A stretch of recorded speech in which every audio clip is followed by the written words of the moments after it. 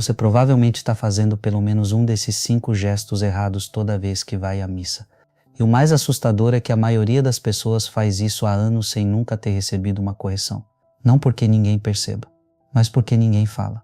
Hoje eu vou falar porque esses detalhes que parecem pequenos de fora têm um significado espiritual profundo que está diretamente ligado à qualidade da sua participação na Eucaristia. Fique até o final, porque o 5º erro é o mais grave de todos, o que a maior parte dos fiéis comete logo depois da bênção final e que pode estar impedindo você de levar para casa as graças que a missa veio oferecer.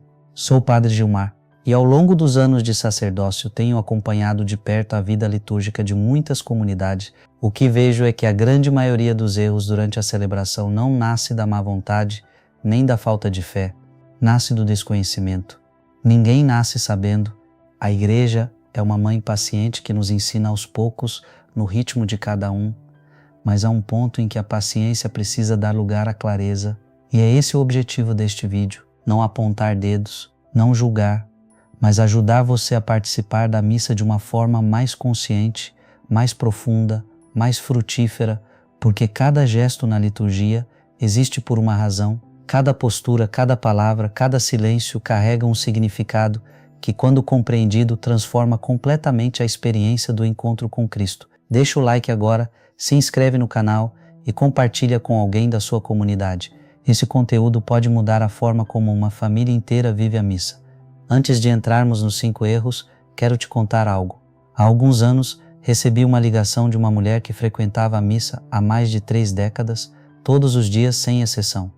Ela me ligou constrangida porque uma amiga havia comentado sobre um gesto que ela fazia de forma incorreta durante a consagração. A princípio ela ficou chateada, sentiu como se tivesse sido julgada. Mas depois, quando conversamos com calma, ela disse algo que ficou comigo. Padre, se eu soubesse disso antes, eu teria participado de tudo de forma tão diferente. 30 anos de missa diária e um detalhe simples que ninguém havia explicado. Não foi desperdício, porque a fé dela era genuína, mas imagino o quanto aquela compreensão poderia ter aprofundado a experiência dela ao longo daquelas décadas todas. É por isso que estamos aqui. Vamos começar pelo erro mais comum, aquele que você vai encontrar em praticamente qualquer missa que frequentar. Estou falando da posição das mãos durante a oração do Pai Nosso. Se você olhar ao redor durante essa oração, vai ver de tudo. Algumas pessoas levantam os braços em direção ao teto. Outras abrem as palmas das mãos voltadas para cima, como se estivessem imitando o sacerdote no altar. Parece bonito, parece devoto, e a maioria das pessoas que faz isso age com a melhor das intenções. Mas há um problema teológico e litúrgico concreto nesse gesto. A postura de braços abertos e mãos estendidas, conhecida em latim como postura orans, é uma prerrogativa exclusiva do sacerdote durante a missa. Ela simboliza a mediação sacerdotal, a ponte que o padre faz entre Deus e o povo. Quando o sacerdote estende as mãos consagradas durante as orações, ele está exercendo um ministério ordenado que recebeu. Está presidindo a Assembleia em nome de Cristo. Esse gesto carrega consigo o peso da ordenação, o muno sacerdotal. Ele pertence ao padre porque pertence à função que o padre exerce dentro da celebração.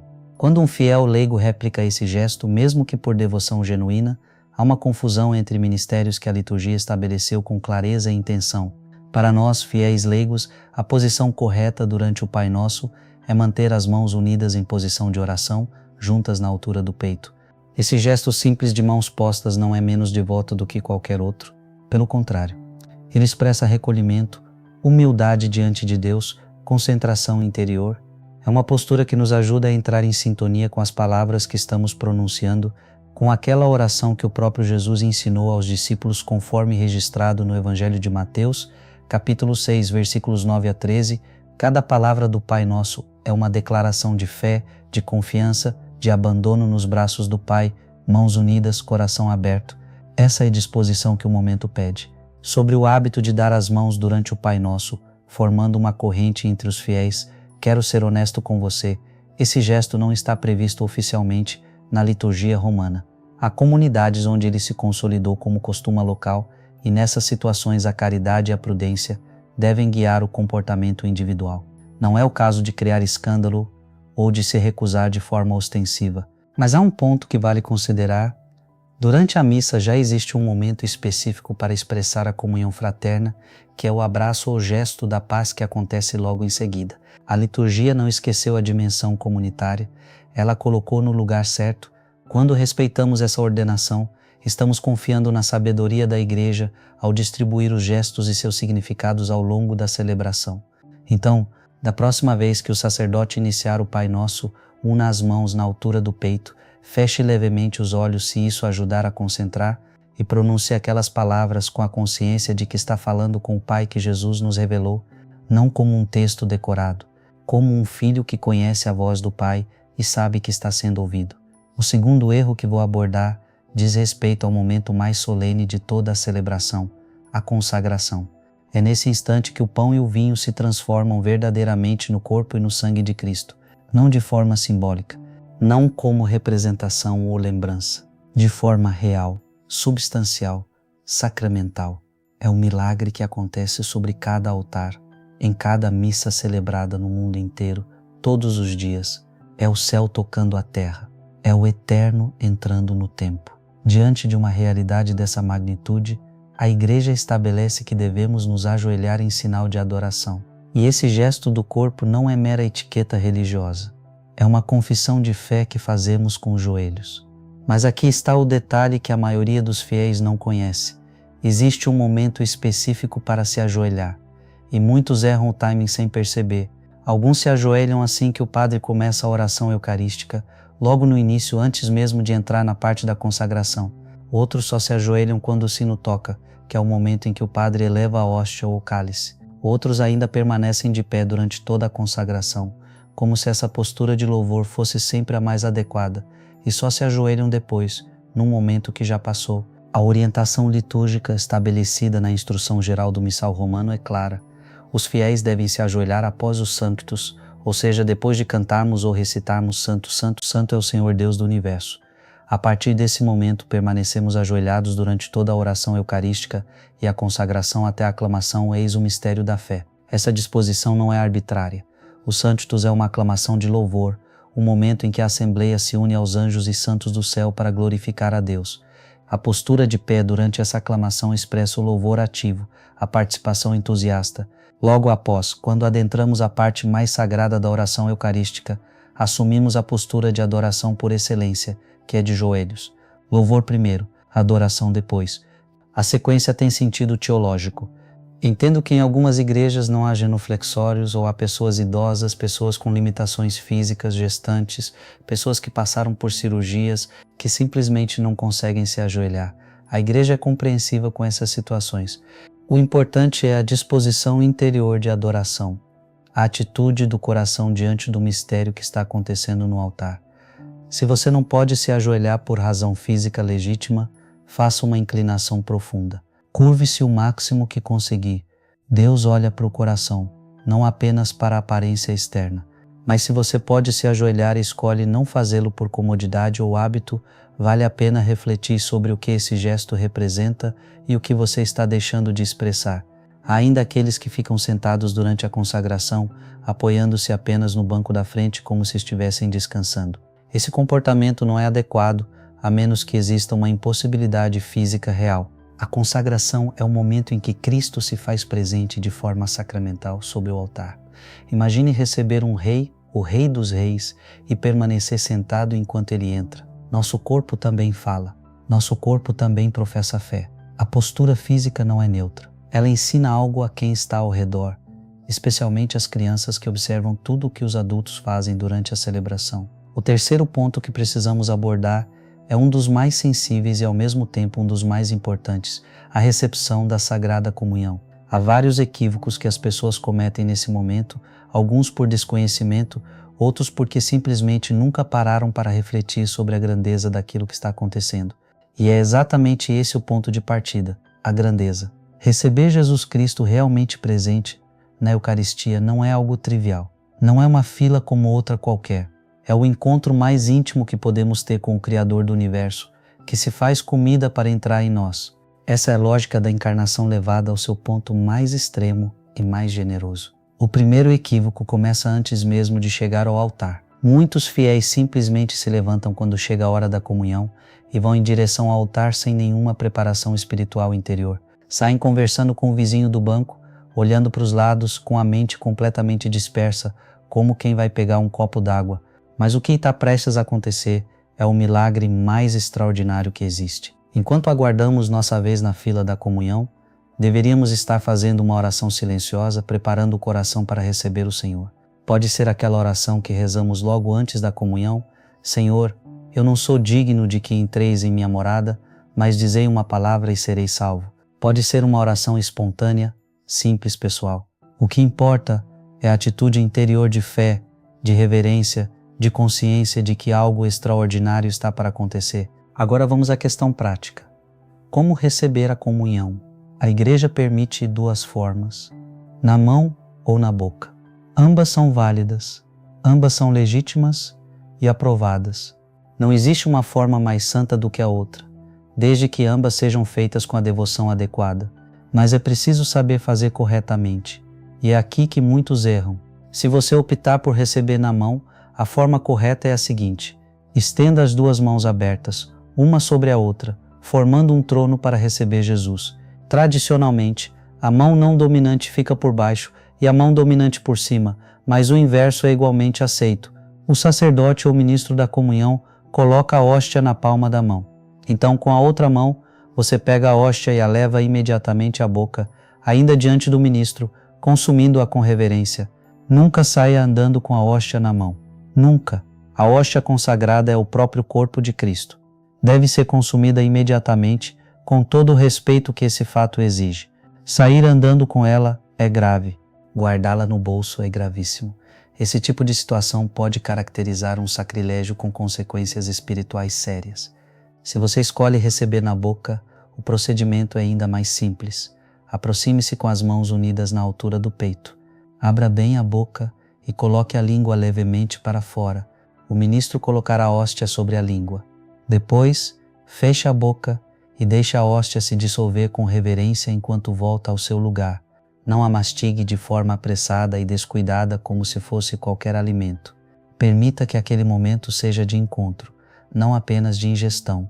E depois de receber a comunhão, aqui está um erro que me entristece profundamente quando observo.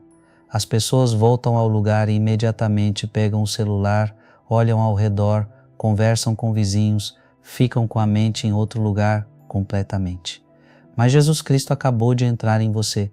O Criador do Universo está presente em sua alma de forma real e sacramental naquele instante. Não há momento mais propício para a oração íntima, para a ação de graças, para o diálogo silencioso com o Senhor. Os primeiros minutos após a comunhão são preciosíssimos. Feche os olhos, una as mãos, abra o coração, converse com Jesus, agradeça, peça, louve, simplesmente permaneça na presença dele. Esses minutos de oração pós-comunhão têm um poder que muitos fiéis nunca experimentaram porque nunca se permitiram vivê-los. Podem transformar sua vida espiritual de uma forma que dificilmente qualquer outra prática consegue. Há também a questão do jejum eucarístico. A legislação atual da Igreja estabelece que os fiéis se abstenham de comer ou beber qualquer alimento, exceto água e medicamentos, pelo período de 1 hora antes de receber a comunhão.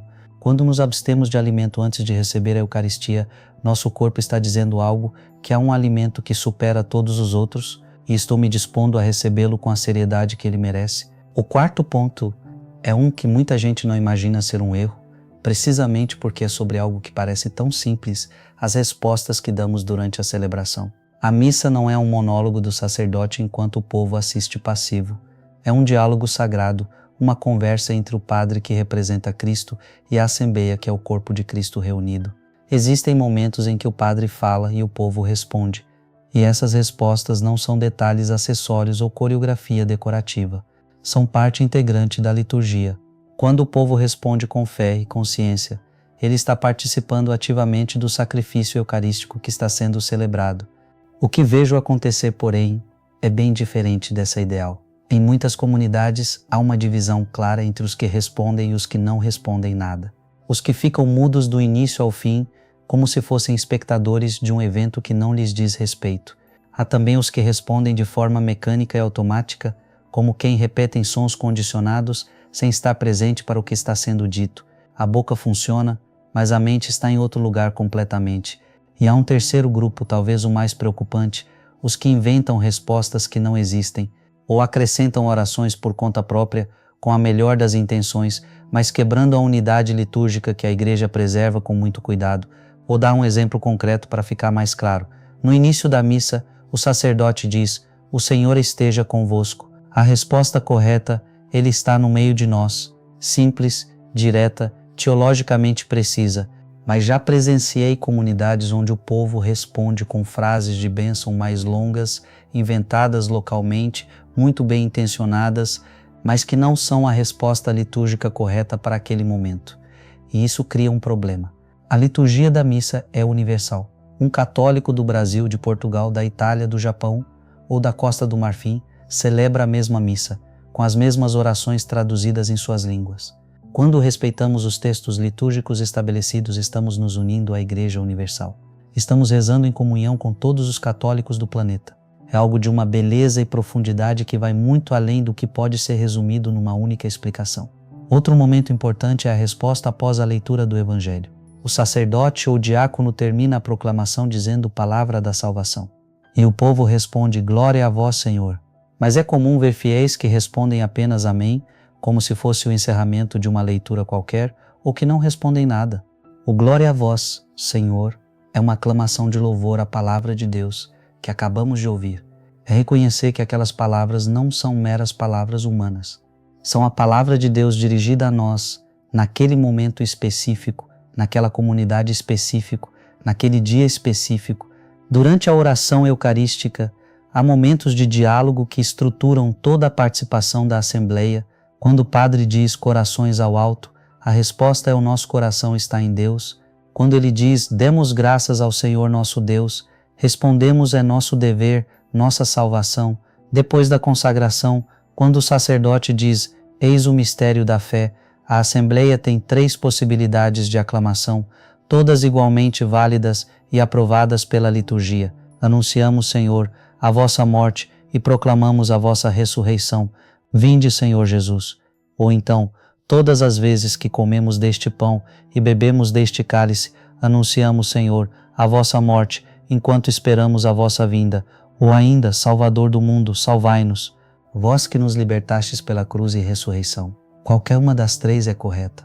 O que não é correto é ficar em silêncio como se esse momento não tivesse sido feito para a voz do povo. Então, da próxima vez que for à missa, preste atenção nas respostas.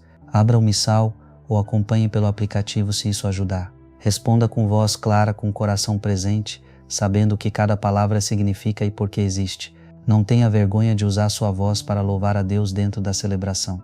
A missa é comunitária, é coletiva. Sua voz se une à voz de toda a Assembleia para formar um só clamor de adoração ao Altíssimo. Quando você silencia por timidez ou por desinteresse, não está apenas afetando a sua própria participação, está subtraindo algo da participação de toda a comunidade. Chegamos ao 5º erro, aquele que anunciei no início como o mais grave de todos. E ele acontece não no meio da missa, mas nos últimos minutos e nos primeiros momentos depois da celebração. Estou falando do comportamento após a bênção final e do que acontece na saída da igreja. Esse erro é grave não porque envolva um gesto litúrgico específico realizado de forma errada, mas porque revela algo sobre como compreendemos o que a missa é e o que ela faz. A cena é familiar em praticamente todas as igrejas. O sacerdote pronuncia a bênção final, diz: ide em paz e o Senhor vos acompanhe. O povo responde graças a Deus e imediatamente tem início o que só pode ser descrito como um êxodo em massa. As pessoas se levantam com pressa, começam a conversar em voz alta. Pegam bolsas, chapéus, guarda-chuvas. Alguns já estão com o celular na mão antes de o padre deixar o altar. Outros dão as costas ao presbitério enquanto o sacerdote ainda está fazendo a reverência final. Há quem saia literalmente correndo, como se a missa fosse uma obrigação da qual finalmente estão livres. Mas há uma compreensão litúrgica fundamental que precisa ser dita com clareza. A missa só termina quando o sacerdote deixa o altar. A celebração inclui a procissão de saída. Enquanto o padre está no presbitério, enquanto está fazendo sua reverência ao altar, enquanto está caminhando em direção à sacristia, a liturgia ainda está acontecendo. A postura correta é permanecer de pé, em silêncio ou cantando o cântico final se houver acompanhamento musical, acompanhando com reverência a saída do celebrante. Somente depois que ele saiu completamente do espaço litúrgico é que você pode se sentar para uma oração de ação de graças ou sair, caso precise, com a consciência de que a celebração foi concluída com a devida solenidade. Mas há algo ainda mais profundo aqui, algo que toca a teologia da missa em si. A palavra que o sacerdote pronuncia antes da bênção e que foi adaptada em diversas formas litúrgicas ao longo dos séculos não é um mero tchau litúrgico. Quando ele diz "ide em paz", está fazendo algo muito mais do que encerrar uma cerimônia. A palavra missa, nome que damos a toda essa celebração, vem justamente do latim missa, que significa enviada, envio, missão. A missa não é apenas um momento de receber, é também um momento de ser enviado, enviado ao mundo para levar Cristo nos gestos, nas palavras, nas relações, no trabalho, nos conflitos, na misericórdia, enviado para ser, como diz São Paulo, a fragrância de Cristo em todo lugar que se vai. Quando você sai da missa correndo, já pensando nos problemas da semana, já reclamando do trânsito, já com a mente em outro assunto completamente, você não está levando a missa para a vida, está deixando a missa dentro do templo. E então ela se torna apenas mais uma obrigação cumprida, mais um item riscado da lista semanal, sem transformação real, sem consequências concretas no modo de ser e de agir. A transição precisa ser mais consciente. Por isso é tão importante reservar alguns minutos de oração silenciosa depois da missa, sentar-se diante do sacrário, agradecer a Deus pela graça da Eucaristia, apresentar as intenções da semana. Esse tempo de oração silenciosa é como um adubo que faz a semente germinar e dar fruto.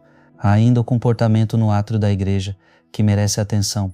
Muitas pessoas saem e ficam conversando bem alto logo na porta, rindo, discutindo assuntos mundanos, fazendo barulho, enquanto lá dentro ainda há irmãos e irmãs em oração.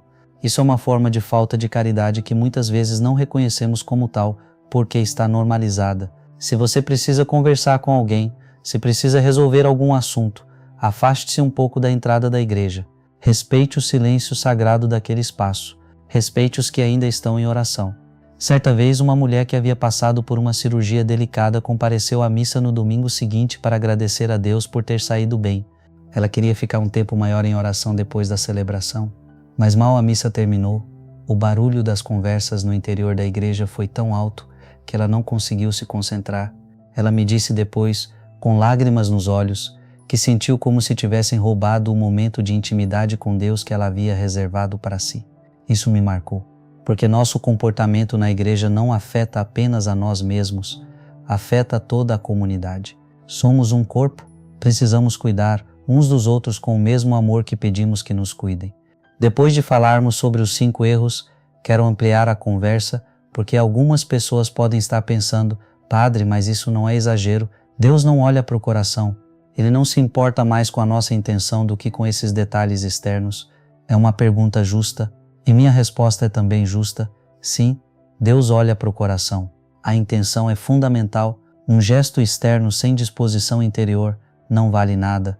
Mas aqui está o ponto que muitas vezes se perde nessa discussão. O ser humano não é apenas espírito. Somos corpo e alma unidos. E nosso corpo também participa da nossa relação com Deus. É por isso que Jesus se encarnou. É por isso que ele assumiu o corpo humano, tocou os leprosos, fez barro com a lama para curar o cego, partiu o pão e disse: "Este é o meu corpo."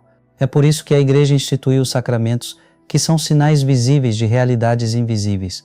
A fé cristã não é uma religião de puras ideias, é uma fé encarnada que envolve o corpo, a matéria, o gesto, o símbolo, o rito.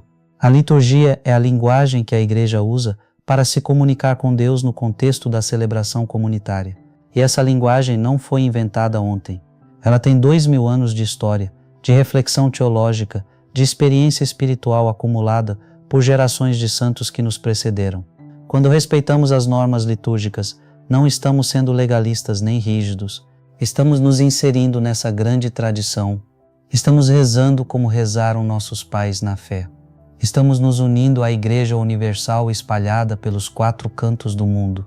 E a liturgia bem celebrada tem um poder pedagógico que vai além das palavras.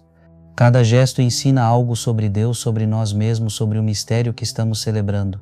Quando nos ajoelhamos na consagração, nosso corpo está proclamando uma verdade teológica. Jesus Cristo está realmente presente na Eucaristia e Ele merece a nossa adoração mais completa. Quando respondemos amém antes de receber a comunhão, estamos professando a fé no que acabamos de dizer sim. Quando fazemos o sinal da cruz com a água benta ao entrar na igreja, estamos renovando a consciência de que o batismo nos fez filhos de Deus. Conhecer a liturgia, portanto, não é uma questão de perfeccionismo neurótico, é uma questão de amor. Quando amamos alguém, queremos conhecer tudo sobre essa pessoa. Queremos saber o que alegra, o que a emociona, como nos aproximar dela da melhor maneira possível. O mesmo vale para a nossa relação com Deus. Se amamos a Deus, se queremos viver uma comunhão profunda com Ele, naturalmente queremos conhecer a forma que a Igreja, guiada pelo Espírito Santo, estabeleceu para o culto divino. Mas preciso fazer um aviso importante para que não haja má compreensão do que estou dizendo. Não podemos cair no extremo oposto, que é o ritualismo vazio, o formalismo farisaico. Há pessoas que conhecem todas as regras litúrgicas na ponta da língua, que fazem todos os gestos corretamente, que nunca cometem um erro formal durante a celebração, mas cujo coração está longe de Deus. Cumprem a letra da lei, mas perdem completamente o espírito que a anima. Jesus foi explícito e severo na crítica a esse tipo de postura. Ele disse aos líderes religiosos do seu tempo que eles limpavam o exterior do copo e do prato, mas por dentro estavam cheios de rapina e intemperança, que se apresentavam como sepulcros caiados, bonitos por fora, mas cheios de ossos e podridão por dentro. São palavras duras, mas são as palavras de Jesus. Então, o que quero dizer com tudo isso? Que precisamos buscar o equilíbrio que a própria liturgia nos convida a encontrar. Precisamos conhecer e respeitar as normas litúrgicas, mas sempre deixando que elas sejam canais de uma fé viva. A forma precisa estar a serviço do conteúdo. O gesto precisa expressar o que o coração sente. Quando esses dois elementos estão alinhados, a missa deixa de ser uma obrigação dominical e se torna o que ela é de verdade, o centro da vida cristã. Quando você vai à missa no próximo domingo e faz a genuflexão ao entrar na igreja, não faça apenas porque é costume ou porque há um sacrário na sua frente. Faça porque você acredita com toda a sua fé que Jesus Cristo está ali, real e verdadeiramente presente, esperando por você. Quando você responde às orações do sacerdote, não responda como uma fita gravada que reproduz sons condicionados. Responda com a consciência de que está dialogando com Deus através da mediação do celebrante. Essa união entre forma e conteúdo, entre gesto e intenção, é o que transforma a missa de um rito em um encontro. O encontro entre o ressuscitado e cada alma que se dispõe a estar verdadeiramente presente.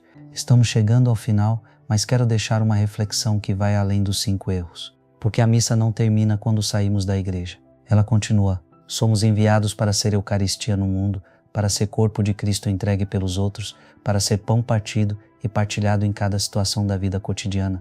Nossa vida inteira precisa se tornar uma liturgia viva, um culto espiritual oferecido a Deus em tudo o que fazemos. Quando você vai trabalhar na segunda-feira, leve consigo a força da Eucaristia que recebeu no domingo. Quando enfrenta um conflito em casa, lembre-se das palavras de paz que ouviu durante a missa. Quando é tentado a agir de forma contrária ao Evangelho, recorde que você carrega dentro de si o próprio Cristo que recebeu. Quando vê alguém sofrendo, seja Eucaristia para essa pessoa, seja pão partido e partilhado. Essa é a liturgia da vida. Transformar cada momento, cada ação, cada relação em oferenda a Deus. E a missa dominical é o que nos capacita para isso. É lá que somos alimentados, fortalecidos, renovados. É lá que recebemos a graça necessária para viver como cristãos autênticos, num mundo que muitas vezes vai na direção oposta. Não estou falando de grandes gestos para se preparar melhor. Estou falando de atitudes simples e acessíveis, chegar alguns minutos antes para uma preparação espiritual, desligar o celular completamente durante a celebração, acompanhar as leituras para entender melhor a palavra de Deus, cantar os hinos com fervor, fazer alguns minutos de ação de graças depois da comunhão. São coisas pequenas que transformam completamente a experiência da celebração. E conforme você vai crescendo nesse amor pela liturgia, vai descobrindo que a missa não é mais uma obrigação a cumprir. Ela se torna a alegria da semana. O momento que você mais espera. Aquele encontro com Jesus que renova as forças e dá sentido a tudo mais. Essa pode ser também a sua experiência. A missa pode se tornar o centro da sua vida espiritual, a fonte da qual você tira forças para enfrentar todos os desafios. mas para isso é preciso participar de forma consciente, ativa e frutífera, como pede o Concílio Vaticano II. E participar assim significa conhecer o que estamos fazendo, por que determinada forma, qual o significado de cada gesto. Por isso incentivo você a continuar estudando sobre a liturgia. Quanto mais você conhece, mais você ama. E quanto mais você ama, mais cresce na santidade. Então, meu querido irmão, minha querida irmã, chegamos ao fim desta conversa sobre os 5 erros mais comuns durante a Santa Missa. Espero sinceramente que estas palavras tenham sido úteis. Mais do que isso, espero que despertem em você um amor ainda maior pela celebração eucarística. A missa é o coração da vida cristã. É a fonte e o ápice de toda a existência como igreja. Nela, o mistério pascal de Cristo, sua morte e ressurreição, se torna presente e atual, não como representação simbólica, não como mera lembrança histórica, como realidade viva que envolve o céu e a terra, o eterno e o temporal, Deus e cada alma que se dispõe a entrar nesse mistério. Quando compreendemos isso de verdade, quando deixamos que essa realidade penetre no coração, como não desejar participar da missa da melhor forma possível? Não por escrúpulo, não por medo de errar, mas por amor. Porque quem ama quer fazer as coisas bem feitas. Então o desafio que deixo é este: na próxima missa, coloque em prática o que conversamos. Observe a posição das mãos durante o Pai Nosso. Ajoelhe-se no momento correto durante a consagração. Receba a comunhão com toda a reverência que o mistério exige. Responda às orações com presença e consciência. E permaneça em oração depois da bênção final. Faça isso não como quem cumpre regras. Faça como quem cultiva um relacionamento de amor com Jesus Cristo. Que Deus abençoe você e toda a sua família. Que Nossa Senhora, Mãe da Igreja e Mãe de cada um de nós, interceda para que possamos participar cada vez mais plenamente do mistério eucarístico. E que o Espírito Santo derrame sobre você o dom da piedade, para que você ame cada vez mais a Santa Missa e encontre nela a fonte de toda alegria e de toda santidade. Ide em paz. Se esse vídeo tocou algo em você, me conta nos comentários qual dos 5 erros você percebeu que estava cometendo. Quero ler a sua resposta. Compartilha com alguém da sua comunidade paroquial, com alguém da sua família que vai à missa. Deixa o like e se inscreve no canal para continuar recebendo conteúdo que aprofunda a fé com seriedade e amor. Até o próximo vídeo.